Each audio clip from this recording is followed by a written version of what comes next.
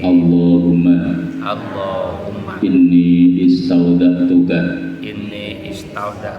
ma qara'tuhu wa ma hafidtuhu wa ma fahimtuhu farduduhu ilayya inda hajati ilahi amin.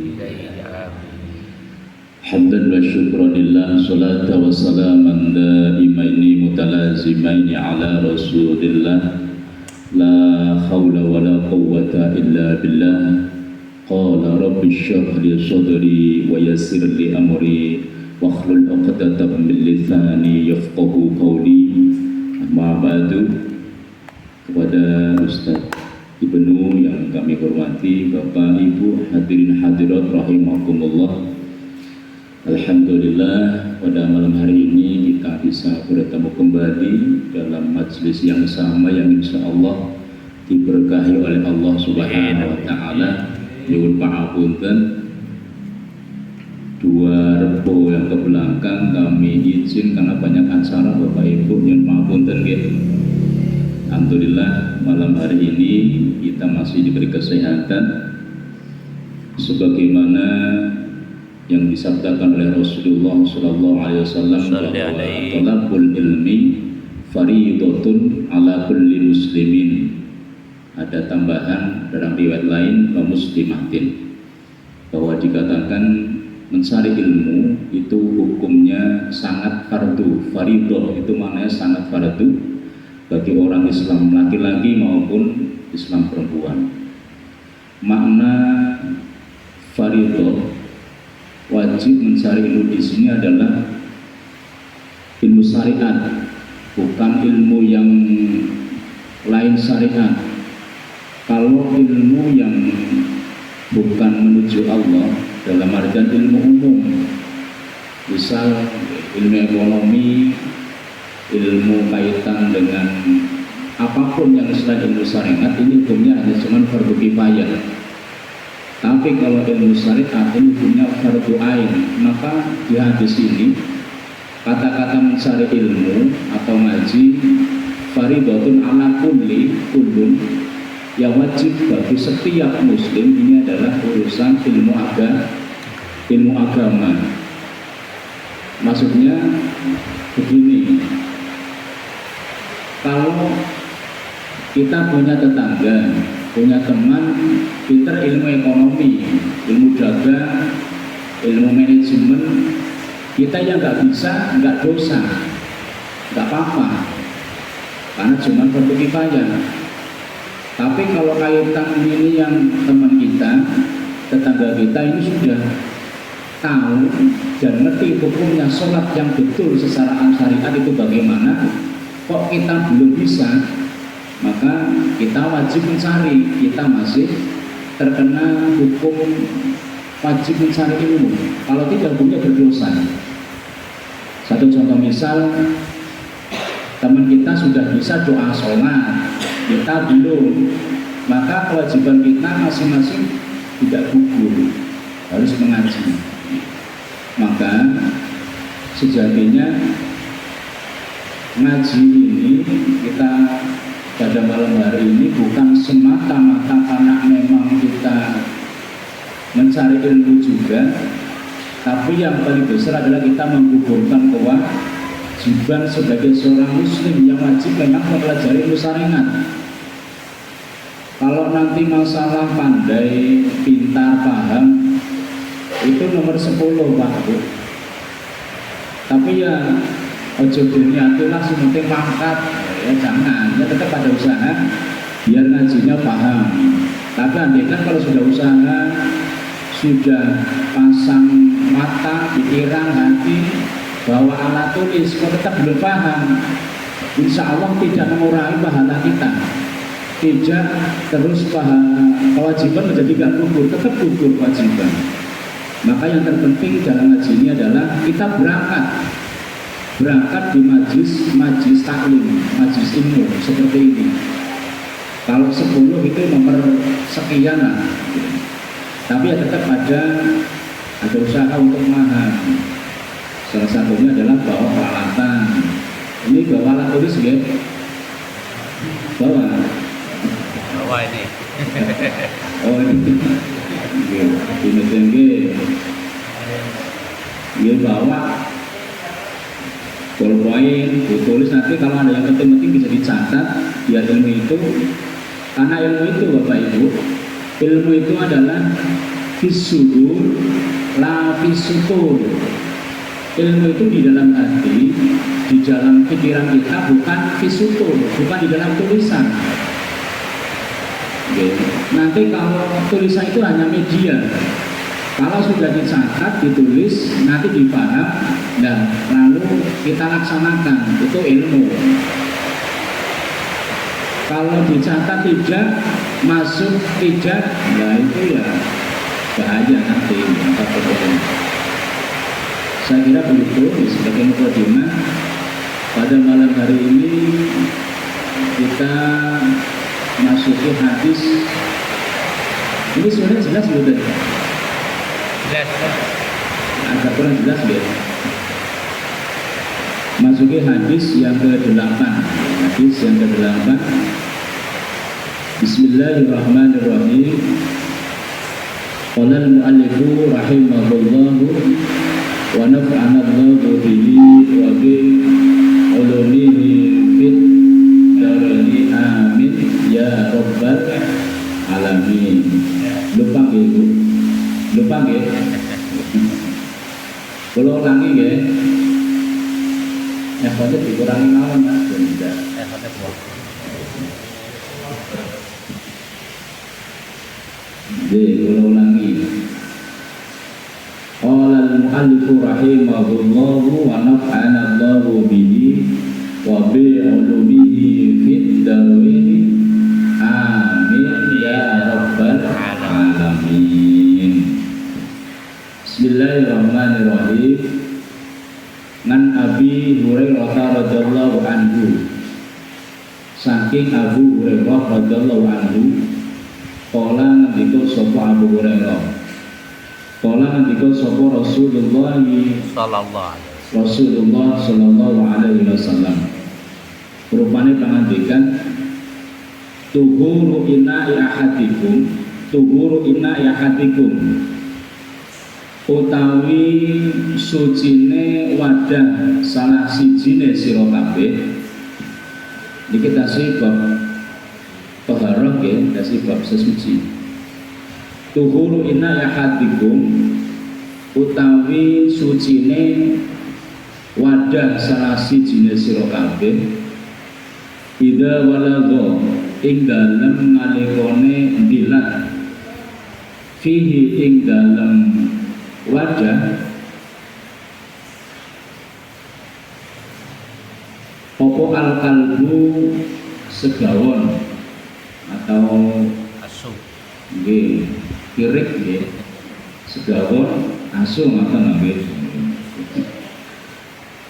iku ayah silahu yen to basuh sapa ahadukum ing inak atau ing wadah sab amaratin kelawan pitu pira-pira ambalan. Ulahuna utawi salah sijine sab amarat iku piturabi kelawan lebu. Akhrajahu maka ing hadis sapa Muslim Imam Muslim. Wa fil lafdin lan iku ing dalem lafaz siji lahu kadhe Imam Muslim. Fal yuraqhu utawi dawuh padiriku becik ngelekake sapa ahad ing inak. Wali Tirmidzi lan iku kadhuwe Imam Tirmidzi rawhuna bi turab utawi dawuh rawhuna dawuhna bi turab dawuhna kaya salah siji nisab amarat iku bi turab den campur kelawan tebu.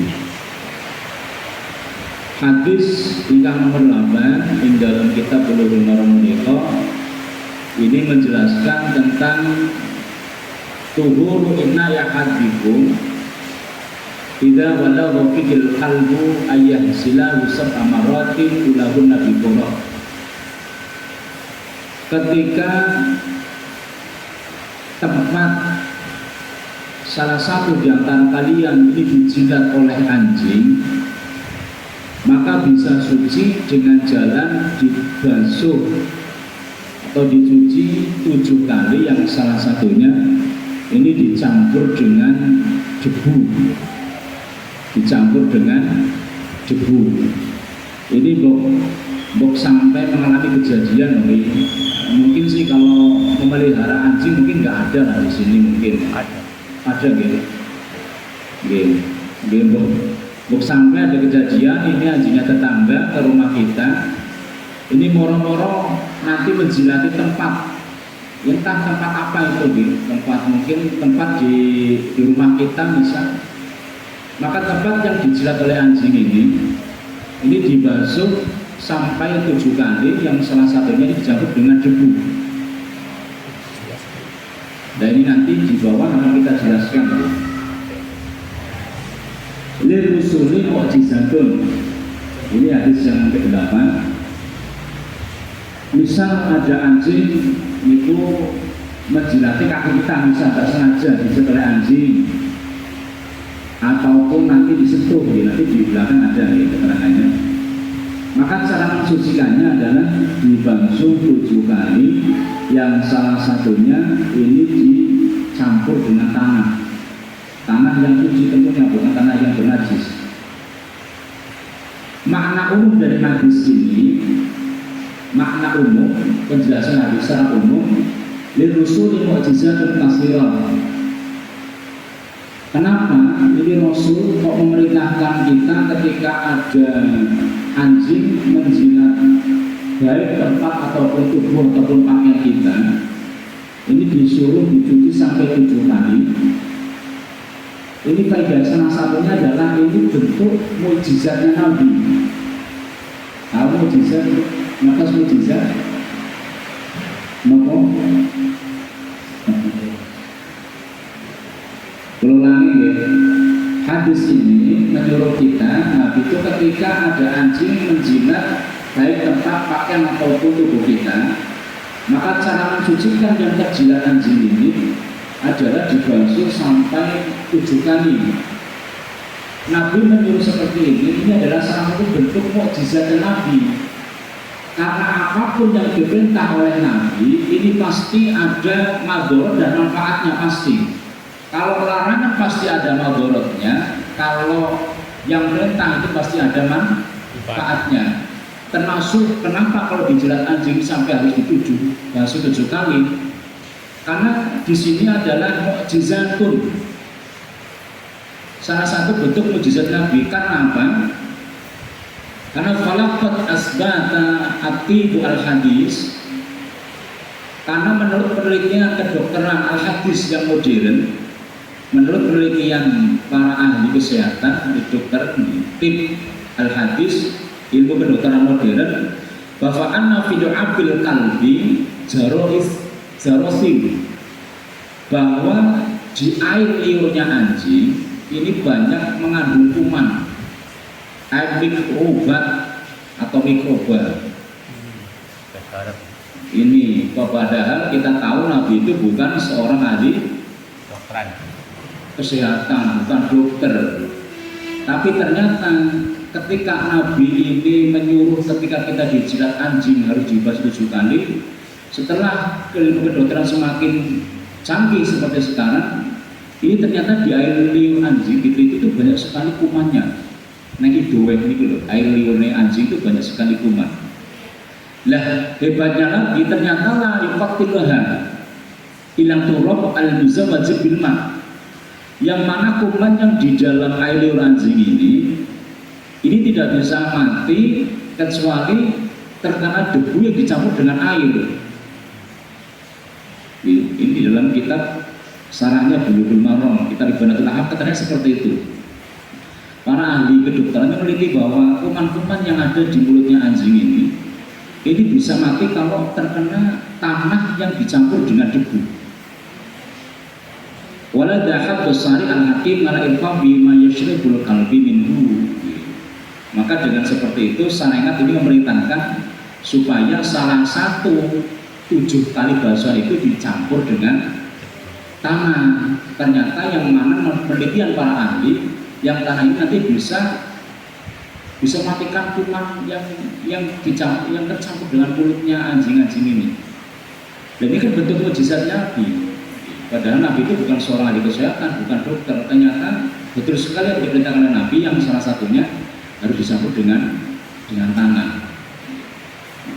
Mukjizat, ada yang belum tahu, mukjizat itu adalah sesuatu yang luar biasa yang diberikan kepada hambanya Allah yang disertai dengan pengakuan sebagai Nabi. Ini mukjizat. Hari ini kan lagi viral napa niku sinten Blitar niku Gus Samsudin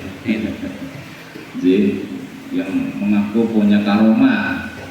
Dan ini apa bedanya mukjizat, sihir dan karomah? Ini kan agak mirip, sama-sama di luar pengadatan, di luar biasa sama-sama, tapi beda jauh. Kalau mukjizat ini adalah sesuatu perkara yang luar biasa yang diberikan oleh Allah kepada hambanya, yang mana yang diberikan ini adalah seorang yang mengaku sebagai Nabi dan Rasul. Tentunya mukjizat-mukjizat yang diberikan oleh Allah ini tidak sama antara Nabi satu dengan Rasul satu dengan yang lainnya, kan disesuaikan dengan zamannya. Kalau zaman dulu, mukjizat nabi-nabi yang dulu, zaman Nabi Isa, zaman Nabi Musa, zaman Nabi Ibrahim, ini sesuatu yang hebat adalah sesuatu yang memang di situ, karena memang Nabi ini bukan Nabi untuk selamanya, nanti ada pengganti Nabi, maka mukjizat itu sesuatu yang hebat pada waktu itu, tapi hilang sesudah ada kedatangan Nabi yang lain. Satu contoh misal kehebatan Nabi Musa, mukjizatnya. Ini salah satu yang terkenal sekali adalah tongkatnya Nabi Musa.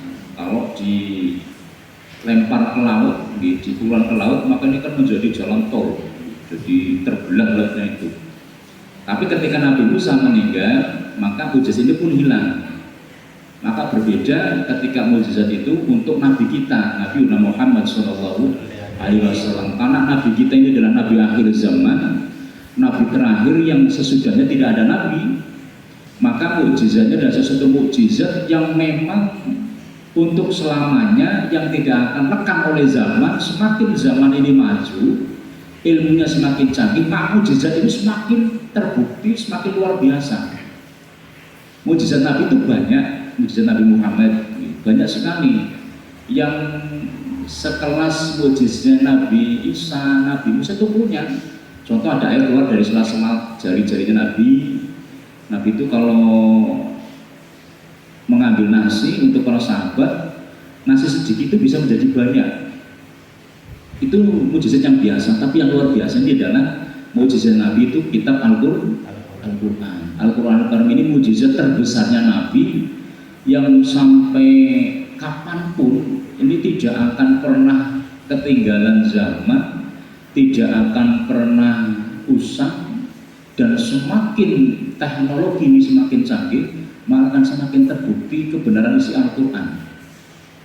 Coba kalau hari ini ada seorang cendekiawan, misalnya orang pandai lah, profesor atau dokter, itu mengarang buku.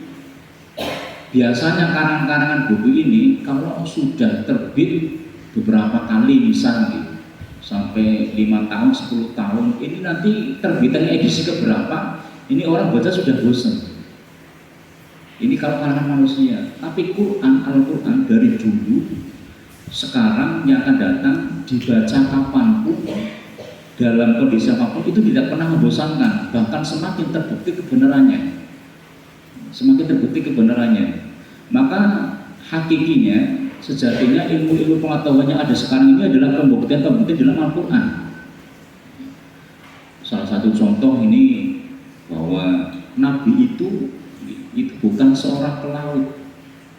Banyak sekali sebenarnya di Al-Quran mukjizat yang luar biasa yang kaitan dengan ilmu teknologi.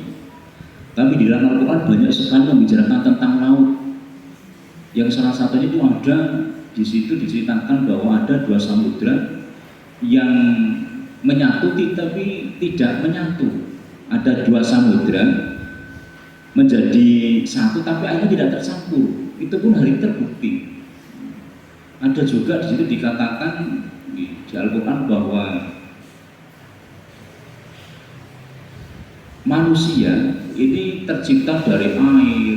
Di situ menjadi segumpal darah, daging, terus membungkus tulang belulang. Padahal Nabi pada hari itu kan belum bisa melihat apa yang di dalam perut karena belum ada alat USG, belum ada untuk melihat ini, belum ada. Tapi Nabi sudah mengatakan itu bahwa manusia tercipta itu dari saripati tanah menjadi air, nanti menjadi segumpal darah, daging, membungkus tulang belulang, maka berwujud manusia seutuhnya. Ternyata begitu ilmu kedokteran ini canggih, memang seperti itulah kenyataannya. Memang betul seperti itu. Maka ini mukjizat Nabi itu luar biasa, banyak sekali. Yang terbesar adalah Al-Quran. Maka kita sebagai seorang Muslim sudah seyogyanya bahwa Al-Quran adalah warisan terbesar Nabi. Al-Quran dan As-Sunnah yang kita pelajari hari ini, mestinya kita memang harus serius betul urusan untuk mengkaji keduanya ini, antara Al-Quran dengan Al-Hadis. Maka hari ini salah satu adalah kita mengkaji Bulughul Maram ini yang isinya adalah Al-Hadis, yang mana Al-Hadis ini adalah penjabaran dari Kitabullah. Insya Allah sampun sakit sedaya mas Al-Quran ibu nggih. Sudah dijabar semua nggih? Sudah hafal berapa juz? Juz jambu. Halo?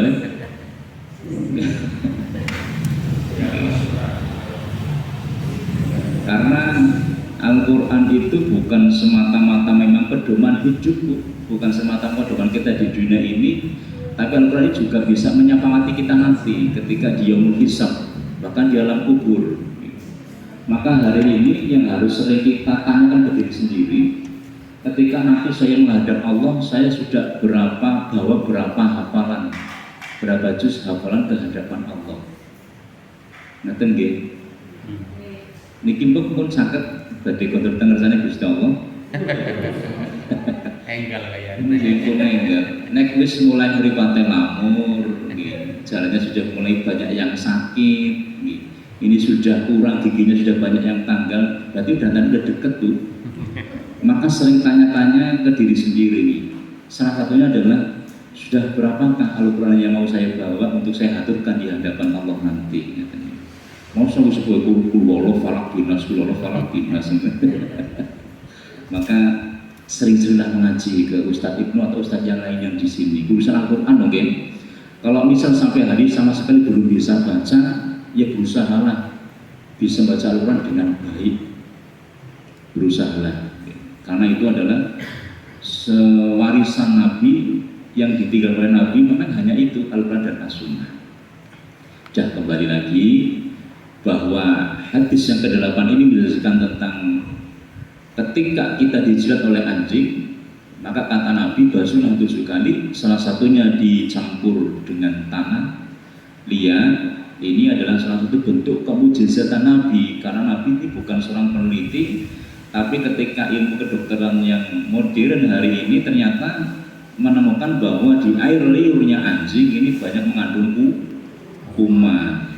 Lah kuman ini tidak bisa mati kecuali dengan tanah yang dicampur dengan air. Ini kata kitab Ibanatul Ahkam.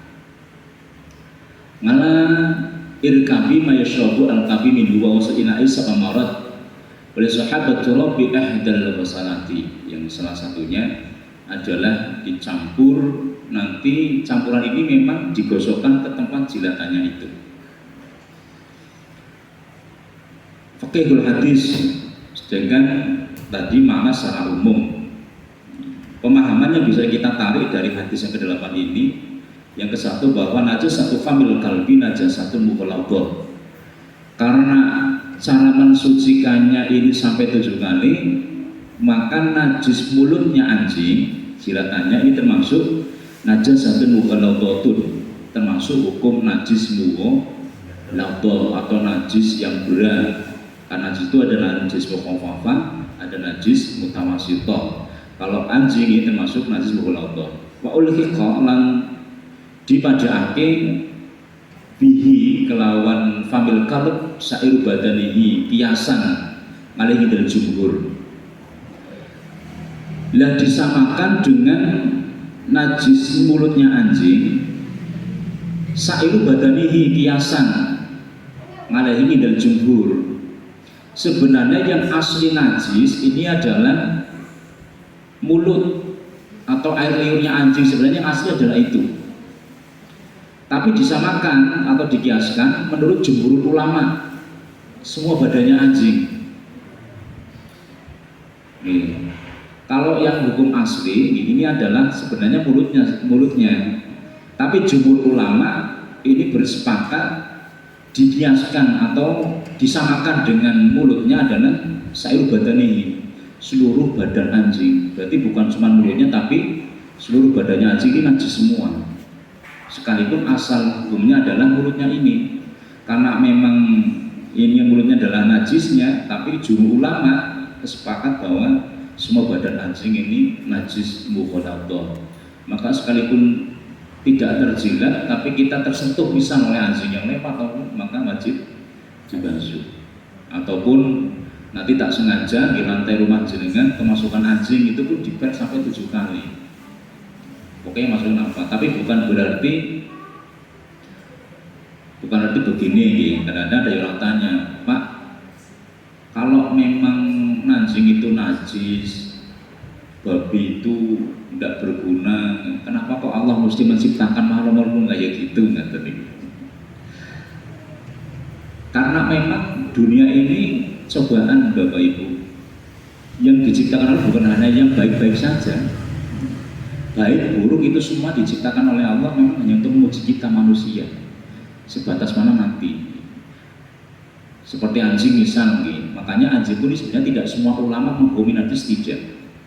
Wa qala Malikun bi taharatihi wa ju'al ghusli sab'an amran tab'idan wala sabit inda tertib. Tapi kalau menurut Imam Malik ini adalah salah satu imam madhab yang 4. Ada Imam Malik, Maliki, Syafi'i, Hambali, Hanafi.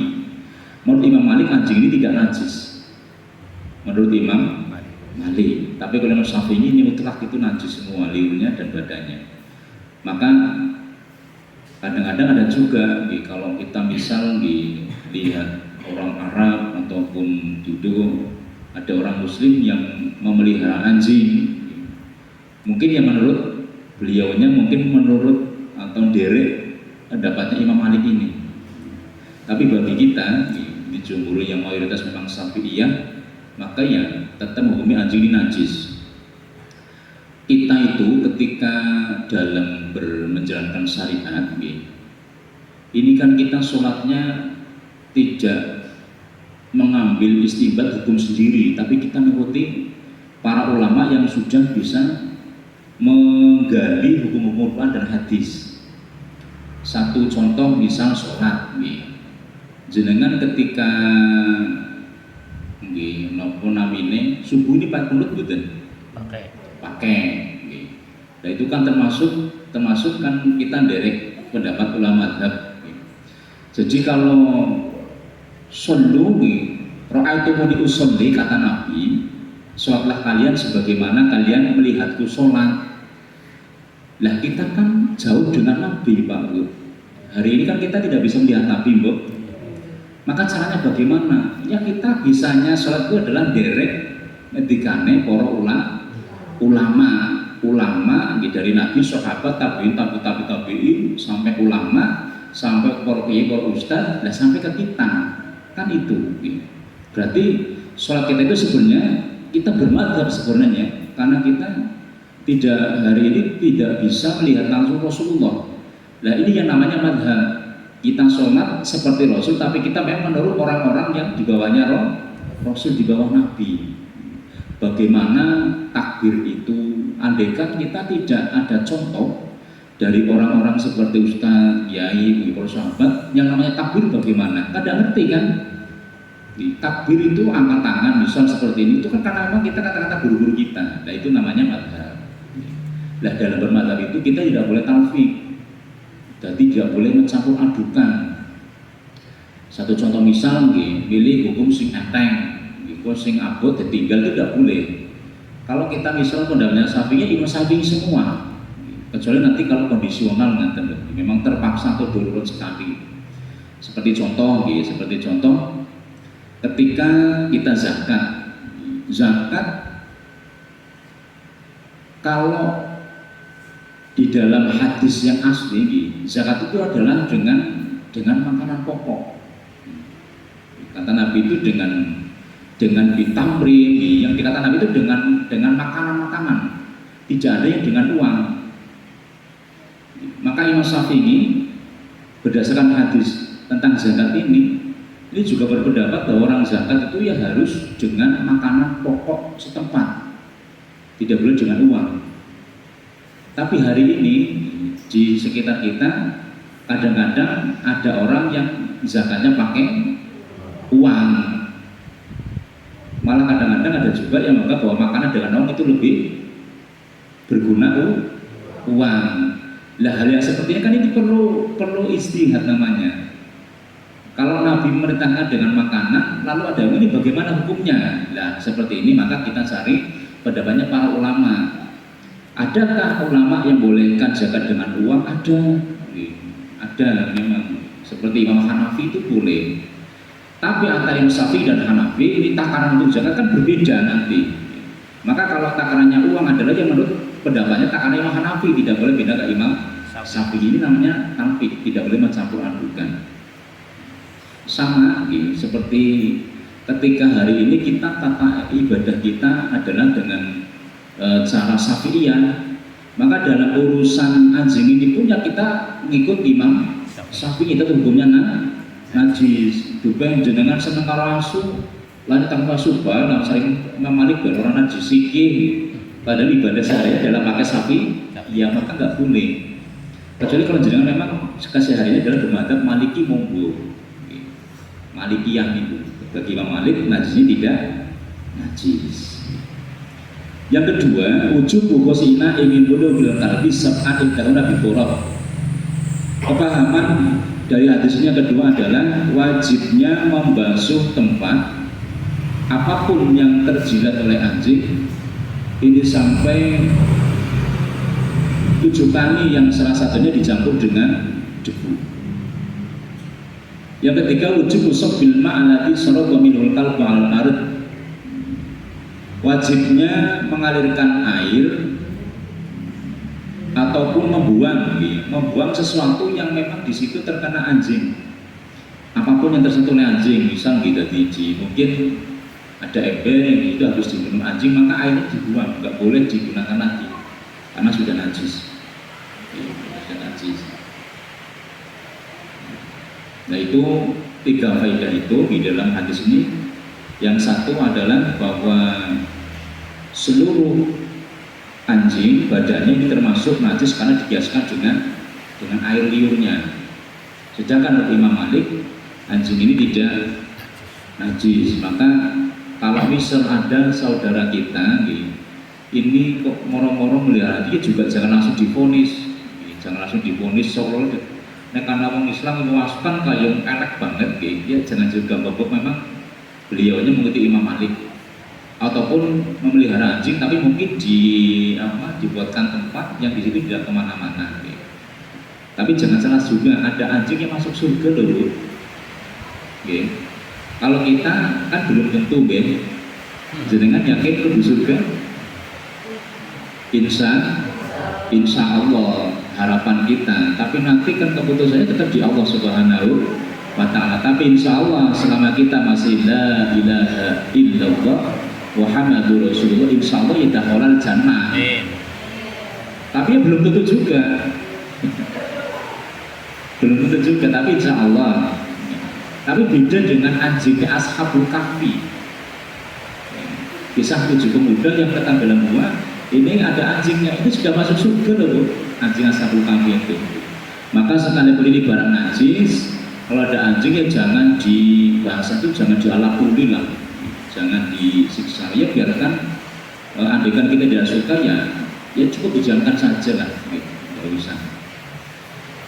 Kan kayak ada itu juga di salah satu video, ya, ada seorang perempuan yang memakai nikob, bahkan itu bercadar penuh, bahkan memelihara anjing-anjing jalanan, gitu. Bahkan sampai baju itu dijilati seperti itu. Ya mungkin karena beliaunya berpendapat derek-derek Imam Malik mungkin, maka kita tidak boleh menghujatnya juga. Tapi kita sebagai yang mungkin amalnya sedang menurut Imam Syafi'iyah ya jangan karena nanti terhubungi najis. Lalu bagaimana kalau untuk pengobatan? Kan ada ini bu obat Ustaz, asal atau boten. Ada kan ada katanya bobot tuku wakasu. Batas barang haram yang boleh untuk darurat, gitu. Barang haram itu menjadi halal darurat, darurat. Misal kayak ikan, kayak anjing, gitu. Dagingnya anjing itu kalau untuk obat asal itu boleh. Tapi darurat itu bukan biasa. Darurat itu tingkat terpaksa itu menurut ahli medis, ya, ahli kesehatan, dokter misal, itu memang harus makan ini. Kalau tidak makan daging anjing nanti meninggal. Nah itu namanya darurat. Itu pun kesepakatan para ahli. Jadi dokter sepakat berarti itu mengani wakasu. Nek orang kok mati, dan itu baru darurat. Maka itu boleh. Tapi hanya obat biasa, sementara masih banyak obat yang lain kok makan itu darurat, itu bukan darurat namanya. Itu tetap belum boleh. Jadi misal bujigen kan tekek kalau cecak biasanya ngatan itu di orang di kampung. Nah itu kalau memang keterangan dokter, kita orang makan lewat cecak, itu bujuk itu goblok parah banget. Nah, itu darurat namanya. Nah obat lainnya banyak, masih banyak. Masalah berarti cecak kalau tekek ngatan itu bukan darurat sebenarnya, bukan tingkat darurat. Darurat itu kalau memang tidak makan itu atau tidak menggunakan itu, maka terjadi bahaya yang lebih besar, itu darurat. Kalau masuk tingkat ikhtiar kan belum boleh. Jadi kalau misal daging anjing dengan alasan untuk pengobatan, kalau yang belum darurat ya tetap nggak boleh. Al-ma'na al-ijmal, makna secara umum bahwa al-atasih ini paham insyaallah gitu. Hadis yang ke-8, jadi intinya kalau sampai tempat tubuh pakaian kita ini tersentuh ataupun terjilat, kalau tadi di hadisnya kan terjilat, tapi kalau di keterangan di bedanya ini, kalau jumhur ulama sudah menyamakan badannya anjing pun najis, tersentuh ataupun terjilat, maka tetap dihukumi terkena najis muwa, harus tetap dibasuh sampai 7 kali. Kalau misalnya ada tetangga melihara anjing itu bagaimana? Ya sepenting kita dijaga lah, dijaga tubuh tempat kita jangan sampai terkena anjing itu. Tapi jangan terus madoni singin wasu karena ini nanti juga ada adab juga, ya, ada adab itu hak-hak bertetangga kan ada. Nah kalau hak-hak bertangga salah satunya adalah tangga sing masuk yang kudune ngerti bahwa tangga niki wong muslim sing memang dengan anjing itu punya najis pun harus tahu sebenarnya. Karena ini adab sebenarnya, nanti hak bertangga juga ada. Adab beda dengan akhlak gitu Pak Bu. Kadang-kadang ada yang akan adab dengan akhlak itu berbeda. Maka di lain kesempatan kita jelaskan. Atasih ya satu lagi nggih. Nan Abi Qatadah radhiyallahu anhu, hadis yang ke-9, saking Abu Qatadah radhiyallahu, mungkin Gusti Allah ridhone nganu maring Abu Qatadah kala ngendika sapa Abu Qatadah fil ghurati ing dalam perkara kucing. Lek wau kalau tadi anjing, ini kucing. Innaha teman setuhune ghirat nggih arti kucing iku laisat ora ana apa ghirat, ora ana iku bin najisin lawan najis. Innama hiya ani pastine utawi ghirat ura iku minat tawafina setengah saking kira hayawan kang mubeng-mubeng. ngalaikum ing atase sira kabeh. Akhrajahu mataka ing hadis sapa al-arba'atu Imam sekawan Wasok awal menunjukkan hadis sapa Tirmidzi Imam Tirmidzi wa Ibnu Huzaimah. Hadis yang ke-9 dari Abu Qatadah radhiyallahu anhu ini menjelaskan tentang kucing, bahwa Abu Qatadah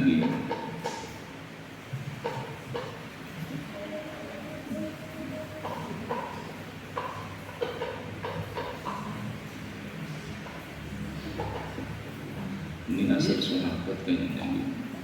Sesungguhnya kucing itu laisat binajisin. Kucing itu tidak najis. Innama hiya mentafina alaikum, karena kucing itu adalah hewan yang mubeng, berkeliaran di antara kalian. Berbeda dengan anjing. Kalau anjing itu najis, tapi kucing tidak najis. Tapi nek kotorannya tetap najis, maksudnya tubuhnya ataupun jilatannya tidak najis. Berbeda dengan ada yang berpendapat, mungkin nggak tahu nih ada di video itu orang-orang salafi itu mengatakan bahwa kalau ngarune kucing itu tidak najis, tapi kalau di dalam kita sampai ya namanya ya tetap najis. Tapi ada yang menghukumi karena asalnya suci disuci kabeh, tapi itu yang sebelah.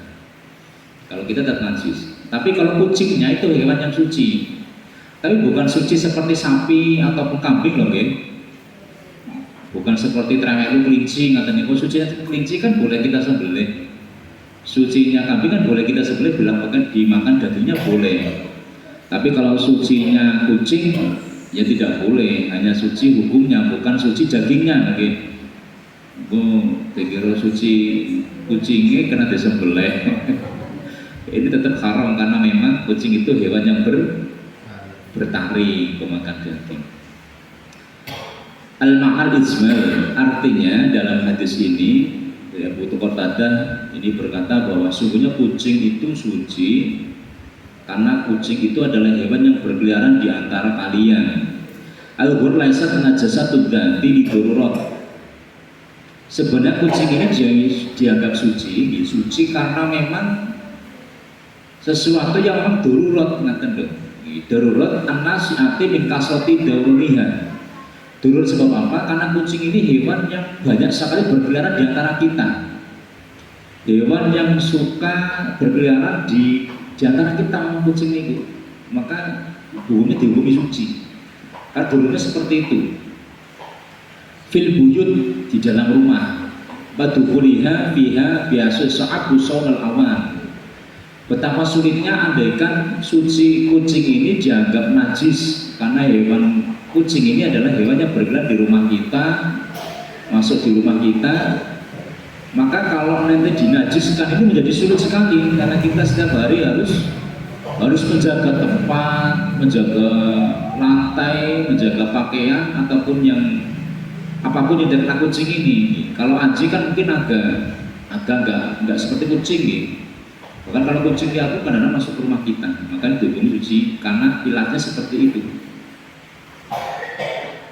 Wa dzakara bil hadis sababu wa anna Abu Qatadah wa dhalahu ma'ul faj'at qurat yasabu minhu fa'amala la halbina. Faqala Rasulullah SAW, inna halaysat binasalillah yatazawu ma la yamasahu. Ini Nabi berkata bahwa inna halaysat binajasin fala yanujisuhu ma la yamasuhu. Bahwa kucing ini hewan yang suci dan apapun yang disentuh oleh kucing pun tidak najis, tetap suci. Fala yajisumala yang masaku, apapun yang disentuh oleh kucing maka tidak menjadi najis. Jadi misal ada kucing naik ke kasur kita, itu ya tetap tidak najis. Mungkin hanya reget dengan kotor, bukan najis. Kecuali kalau buang kotoran di situ lah ya, kotorannya yang najis. Pemahaman dari hadis ini kesimpulannya satu adalah tutlabu miman jumlah sya'an ayasala alim. Yang pertama tentang hadis bahwa kucing ini tidak najis karena memang hewan yang selalu berkeliaran di antara kita. Ini yutlabu miman Jahala syai'an ayus'ala anhul alim. Ini berikan faidah bagi orang-orang seperti kita yang memang tidak tahu ilmunya, ini supaya ayus'ala anhul alim. Hal apapun ini suka ditanyakan kepada orang-orang alim. Orang-orang suka bertanya, ditanyakan kepada orang alim. Dalam hal ini ya mungkin ustaz apapun di sini. Hal-hal yang seperti contoh kayak kucing seperti itu kan faedahnya adalah hal yang tidak memang kita ketahui, harus sering-sering kita bertanya, tanya ini hukumnya bagaimana, syariat ini bagaimana, dan itu. Jadi jangan suka mengambil kesimpulan atau hukum sendiri, tapi suka ditanyakan. Karena kucing ini kan faedahnya setiap hari di ruang kita. Kalau kita memang tidak tahu ya jangan jadi kesimpulan sendiri, ditanyakan dulu. Karena kadang-kadang ada orang yang tidak senang dengan kucing itu dalam kulingatan. Itu mungkin kalau pernah niku terus ningali kucing niku jadi gundul, di kemungkinan berdesiran wedang kayaknya. Alhamdulillah. Jangan, nah itu kucing itu juga hewan kesayangan Rasulullah bagi kucing itu. Maka faedah yang pertama adalah dalam hal apapun senanglah kita bertanya kepada al-alim. Fas'alu ahla dzikri in kuntum la ta'lamun. Maka bertanyalah kalian kepada ahla dzikr. Ahla dzikr itu adalah bukan arti orang ahli dzikir tapi ahli ilmu. In kuntum la ta'lamun, jika kalian tidak mengetahui sesuatu pun. Apapun ditanyakan kepada ustaz, kepada kiai hukumnya. Nyong nek mangan ikan asin karo ene halal apa boten? Ditanyakan coba. Nggih. Jenengan nek makan ikan asin kayak kan ora tebo ene mbok garing nang jero.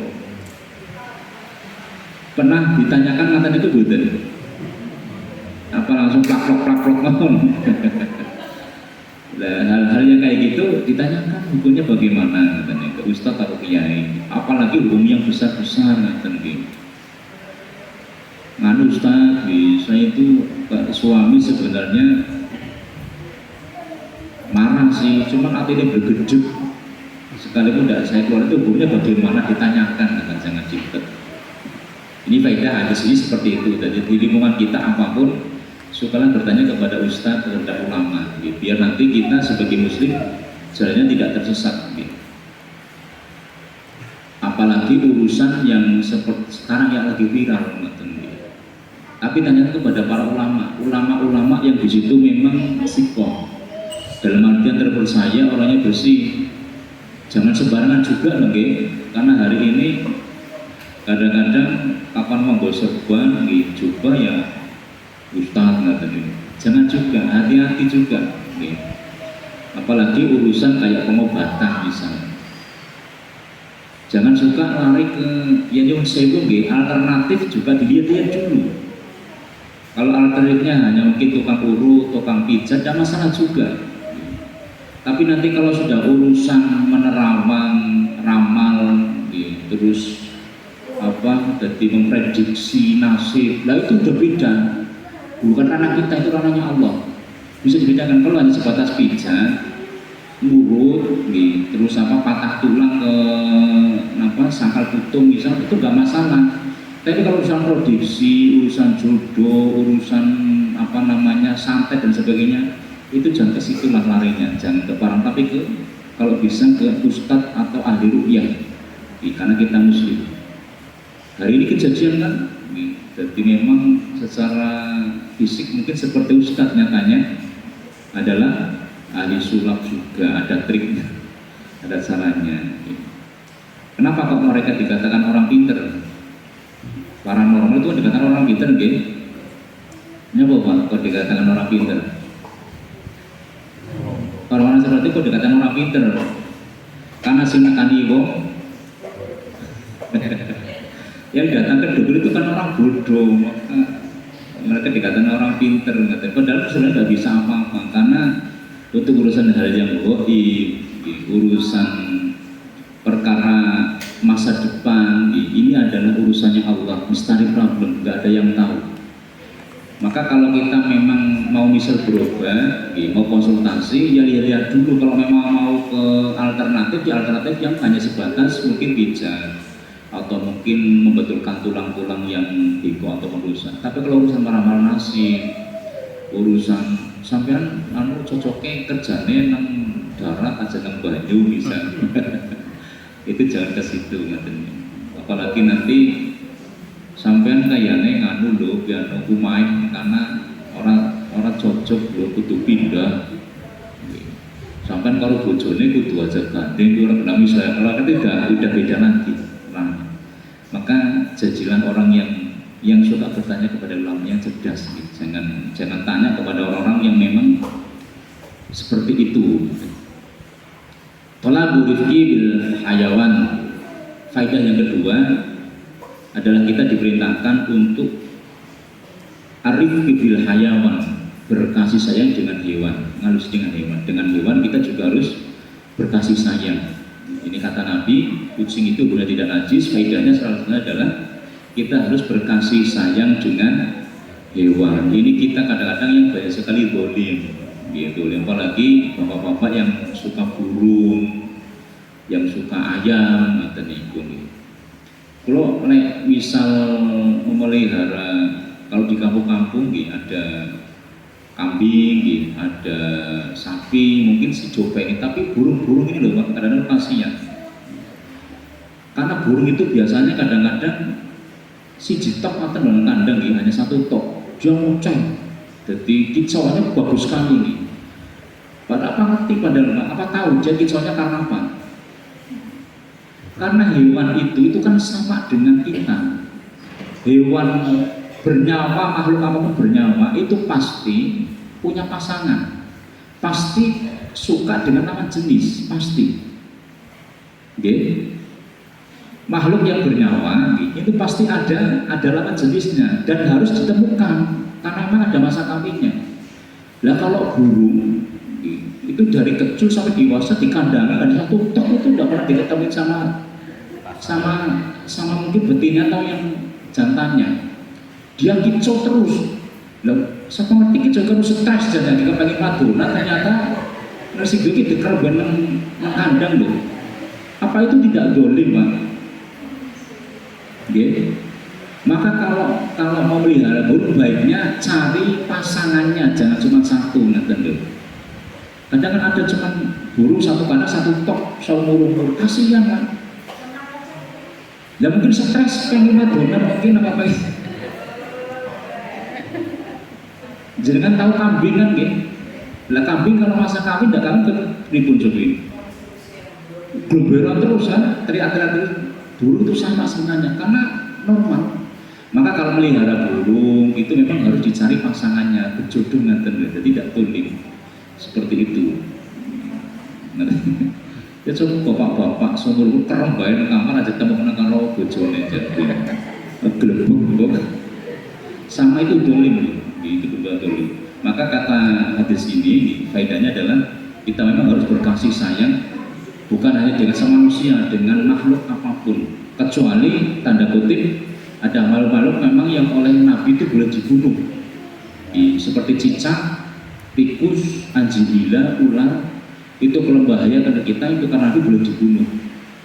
Cicak itu boleh dibunuh. Faedahnya apa? Ya wallahualam lah, itu kata Nabi. Hewan-hewan itu boleh dibunuh, boleh cicak, tikus, ular, anjing gila itu boleh kalau membahayakan kita. Cecak tuh saru banget gitu. Duduk enak-enak teplok ngaten gitu. Kurang adab banget nih. Asalis taharatul urati wa su'uriha. Yang ketiga bedanya kucing itu hukumnya suci dan lebihannya. Jadi apa-apa yang tersentuh oleh kucing pun tetap suci hukumnya, tidak najis, berbeda dengan anjing. Arabi famul urati idza kana bi najasatun wa najisun. Mulutnya kucing ketika memang terkena najis ya hukumnya tetap najis. Tadi kucing itu kan hukumnya suci, yang tersentuh pun suci. Tapi kalau memang tubuhnya mengandung najis ya tetap najis. Jadi misal mungkin kucing habis makan bangkai itu kan najis. Maka kalau kesentuh mulutnya kucing ya habis makan bangkai yang menjadi najis, bukan sebab mulutnya kucing tapi sebab Bangkainya. habis bangkainya niku. Dan mungkin baru makan batang pitik pisang gitu, karena memang kucing pun hewan buas atau tikus di bangkai tikus. Kok terus nanti kesot-kesot mulutnya di tempat tidur atau tempat itu harus dicuci karena najis. Najisnya bukan sebab kucingnya tapi sebab makan bangkai. Jadi sama itu kotorannya kucing ya tetap najis gitu. Maka saya pun nggak setuju ketika ada ustadz yang mengatakan kotornya pun suci, air kencingnya pun suci katanya. Yaitu mungkin pendapat ulama yang bukan jumhur, bukan jumhur. Libakoknya hanya najasati karena memang ketetapannya najis. Wan najasatun aridatun wa taharatuha takunu bitaghiya nganil majlis ramadha waqtan alaihi. Di kucing itu tetap dihukumi najis dan apapun yang dalam kucing ini hukumnya adalah tetap suci. Al-makna al-ijmal laqad asar rasul ru'ufan bin nasi mursyidan. Insyaallah kita sambung besok. Jadi kesimpulannya ini hadis ke-8 dan hadis yang ke-9 yang ke-8 ini hukumnya anjing adalah najis mughalladhah, baik air liurnya ataupun tubuhnya. Maka cara mensucikannya adalah dengan mencuci 7 kali yang salah satunya dicampur dengan memakai tanah. Kalau kucing ini hukumnya suci dan apapun yang tersentuh maka hukumnya suci. Maka kalau pengen punya hewan peliharaan, misal bukan yang penyuka hewan, yang lebih baik pelihara kucing. Kecuali kalau yang najisnya tetap najis. Kucing itu kan banyak sekali jenisnya. Saya kira begitu. Mungkin dua pembahasan ini ada yang belum paham, paham semua.